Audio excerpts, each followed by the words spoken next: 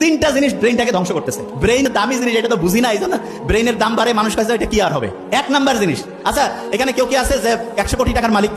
100 কোটি নবডি না? আচ্ছা, ব্রেইনের দাম এখনকার হিসাবে মিনিমাম 30,000 কোটি টাকা। কোন সার্ভিস চার্জ আছে? যে আল্লাহ যদি কইতো যে ঠিক আছে 1% করে টাকা দাও, ফকির হয়ে যাওয়া লাগবে না? এই ব্রেইনটা যে দিয়েছে এটা কাজে লাগাইতে পারতেছি না কেন? তিনটা জিনিস ব্রেইনটাকে ধ্বংস করতেছে। এক নম্বরে কি, প্রফেসর মুখতার আহমেদ স্যার বলছে কিন্তু যে আমাদের ধৈর্য কম। না এই কি কম? তা উনি যেটা বলছে যে ধৈর্য কম, উনি তো বাংলায় বলছে, এই জন্য শুনে অত মজা লাগে নাই। মনে করছে এটা কি সমস্যা? আপনি যদি আর্টিকেল পড়েন, আর্টিকেল মানে বিদেশি একেবারে কোটি কোটি ডলার খরচ করিয়া বিভিন্ন গবেষণা করে ওরা বাইর করছে। ওরা সেখানে বলছে কি জানেন, আপনার ব্রেইনের সবচেয়ে বড় সমস্যা হিসেবে তারা যেটা চিহ্নিত করছে সেটা তো ইংরেজিতে বলছে, কি নাম শুনেন? Attention deficit hyperactivity disorder. ওরে বাবা, এত বড় রোগ! এইখানে যারা আছি হয়তো আল্লাহর মধ্যে এরা তো ইসলামী, এদের হয়তো বেশিরভাগ জনের ব্রেন ভালো আছে, তবে সারা দেশের যদি চিন্তা করি 80% মানে 10 জনে 8 জনের, আমার সাথে একটু বলতে হবে, attention deficit hyperactivity disorder. এইটাকেই বাংলায় বলে কি, ধৈর্যের অভাব।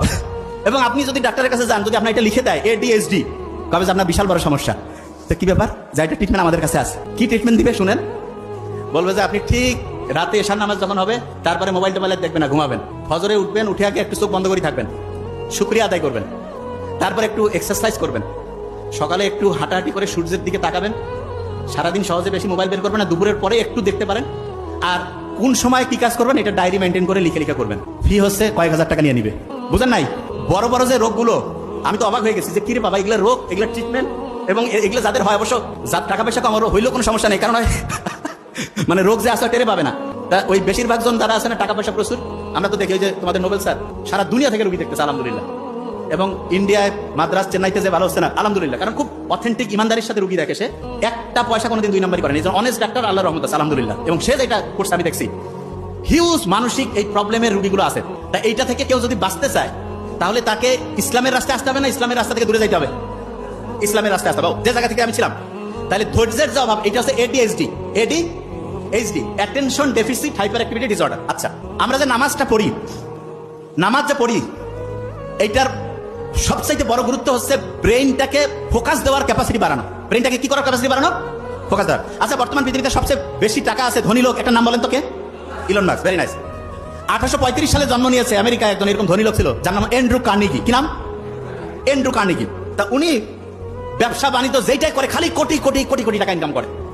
আমেরিকার যে হচ্ছে গোয়েন্দা বাহিনী আছে না, তারা চলে গেছে তার কাছে, যে বলতেছে যে কি ব্যাপার, আপনি এত টাকা ইনকাম করতেছেন, সব কাগজপত্র আমাদেরকে দেখান। উনি সব কাগজপত্র দিয়েছে। কাগজপত্র দেখার পরে কোনো জায়গায় কোনো দুই নাম্বারই ধরা পড়েনি।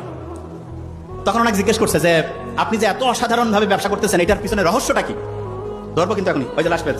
তা উনি তখন বলতেছে যে রহস্য হচ্ছে আমি যে কোনো একটা বিষয়ে 5 মিনিট মনোযোগ দিতে পারি। শুনে আগে মন দিয়ে, কয় মিনিট মনোযোগ দিতে পারে? এই লাস্টের বেঞ্চ টুপি, কয় মিনিট মনোযোগ দিতে পারে? 5 মিনিট। ভেরি ফাইন, এই যে স্মার্ট ছেলে, 5 মিনিট।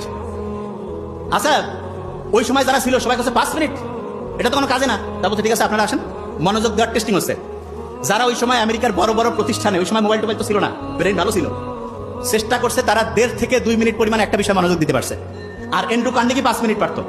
আমরা যারা মুসলমান, তারা যদি মন দিয়ে নামাজ পড়ি, দৈনিক যত রাকাত নামাজ পড়ি, এটা যদি মন দিয়ে পড়ি, তাহলে আমাদের মনোযোগ দেওয়ার যে ক্যাপাসিটি, এটা অ্যান্ড্রু কার্নেগির চেয়ে বেশি হবে না কম হবে? তাইলে টাকা ইনকাম করা কি কোনো কঠিন কাজ হবে? অনেকে টাকার পিছনে দৌড়ায়, জীবনে টাকার পিছনে দৌড়ে টাকা পাওয়া যায় না, কারণ দুনিয়ার নিয়ম আছে যেটার পিছনে দৌড়াবে সেটা তুমি পাবা না। তাহলে ভাই কাজটা কি? তোমার সবচেয়ে শক্তিশালী অস্ত্র হচ্ছে ব্রেন। এই ব্রেনটা সবচেয়ে পাওয়ারফুল ভাবে আল্লাহ বানাইছে, এটা শুধু তোমার ওই পাওয়ারটা ধরে রাখতে হবে। এবং ধরে রাখার জন্য যেই বুদ্ধি দরকার, আল্লাহ সবগুলো বুদ্ধি দিয়েছে, কিন্তু আমরা ধরে রাখতে পারি না কেন? কারণ আমরা নিয়মটা কেন মানতেছি সেটা বুঝি না। আমি যখন নামাজে দাঁড়াবো, নামাজে মনোযোগ দিলে এইটা ব্রেইনের ফোকাস করার যে ক্যাপাসিটি, ফোকাস। আচ্ছা, ফোকাস জিনিসটাকে আমি বলি, এই যে ক্যামেরা আছে না, ক্যামেরাটা আমি যেই দিকে টার্গেট করবো, ছবি কি ওইটা আসবে না অন্য জায়গায় আসবে? তাহলে আপনি যেই জিনিসটা টার্গেট করবেন, আপনি ওই জিনিসটা পাবেন না অন্য জিনিস পাবেন? আচ্ছা, আপনি যদি টার্গেট করেন যে আমি আমার ব্রেনটাকে ঠিকভাবে ভালোভাবে কাজে লাগাবো এবং এইটাকে কাজে লাগিয়ে আমি আমার জীবনে অসাধারণ কিছু করবো, তাহলে আপনি এটা পারবেন কি পারবেন না? পারার জন্য নামাজটা 5 ওয়াক্ত যখন পড়বো, তখন তো শুকরিয়া আদায় করবোই, তার সাথে এটাও চিন্তা করবো যে আমার অ্যাটেনশন দেওয়ার, ফোকাস দেওয়ার যে ক্যাপাসিটি সেটা বাড়তেছে। ক্লিয়ার?